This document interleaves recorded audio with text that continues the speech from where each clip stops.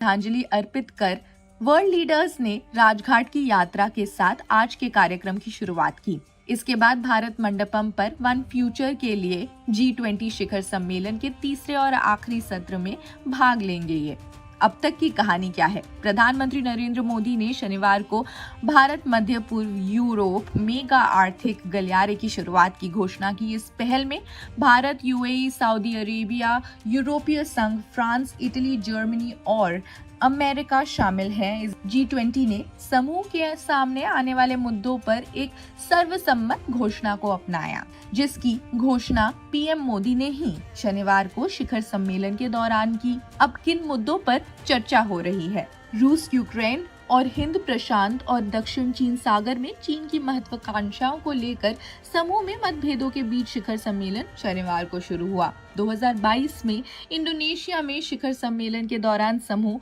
Ukraine युद्ध पर काफी विभाजित था, क्योंकि तब घोषणा में कहा गया था कि जहां अधिकांश देशों ने आक्रमण के लिए रूस की निंदा की, वहीं अलग अलग विचार भी थे। G20 समिट के दूसरे दिन आज सुबह प्रधानमंत्री नरेंद्र मोदी ने राजघाट पर G20 नेताओं की अगवानी की। तमाम देशों के राष्ट्राध्यक्ष वहां राष्ट्रपिता महात्मा गांधी को श्रद्धांजलि अर्पित कर चुके हैं।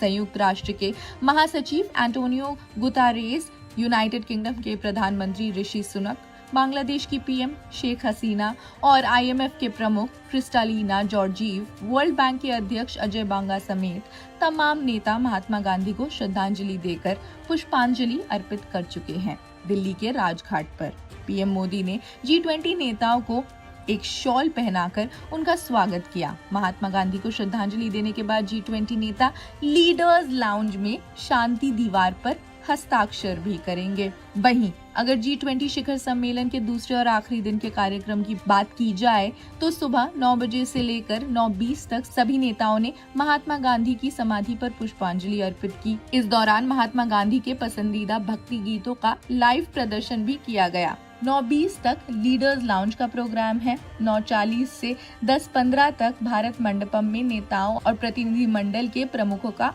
आगमन। शिखर सम्मेलन के दूसरे दिन सुबह 10:15 से 10:30 बजे तक भारत मंडपम के साउथ प्लाजा में वृक्षारोपण समारोह भी आयोजित किया गया। इसके बाद 10:30 से 12:30 के बीच शिखर सम्मेलन का तीसरा सत्र। इसके बाद नई दिल्ली नेताओं के डिक्लेरेशन को अपनाया जाएगा। प्रधानमंत्री नरेंद्र मोदी ने फ्रांस के राष्ट्रपति मैक्रोन के साथ दोपहर के भोजन पर बैठक करने की उम्मीद है। इसके अलावा कनाडा, यूएई, दक्षिण कोरिया, ब्राजील, नाइजीरिया, कोमोरोस और टर्की के साथ बैठक की योजना बनाई गई है। ब्रिटेन के प्रधानमंत्री ऋषि सुनक ने रविवार सुबह अपनी पत्नी अक्षता मूर्ति के साथ अक्षरधाम मंदिर के दर्शन किए। पुलिस अधिकारियों ने बताया कि मंदिर और उसके आसपास सुरक्षा कड़ी कर दी गई। मोदी ने शनिवार को G20 शिखर सम्मेलन पर व्यापार संबंधों और गहरा करने के और निवेश को बढ़ावा देने के तरीकों पर चर्चा की है।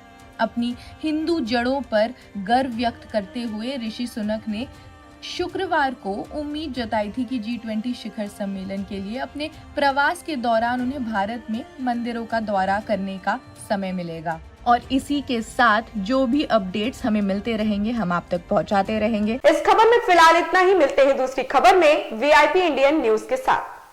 चप्पे चप्पे पर होगी हमारी पैनी नजर।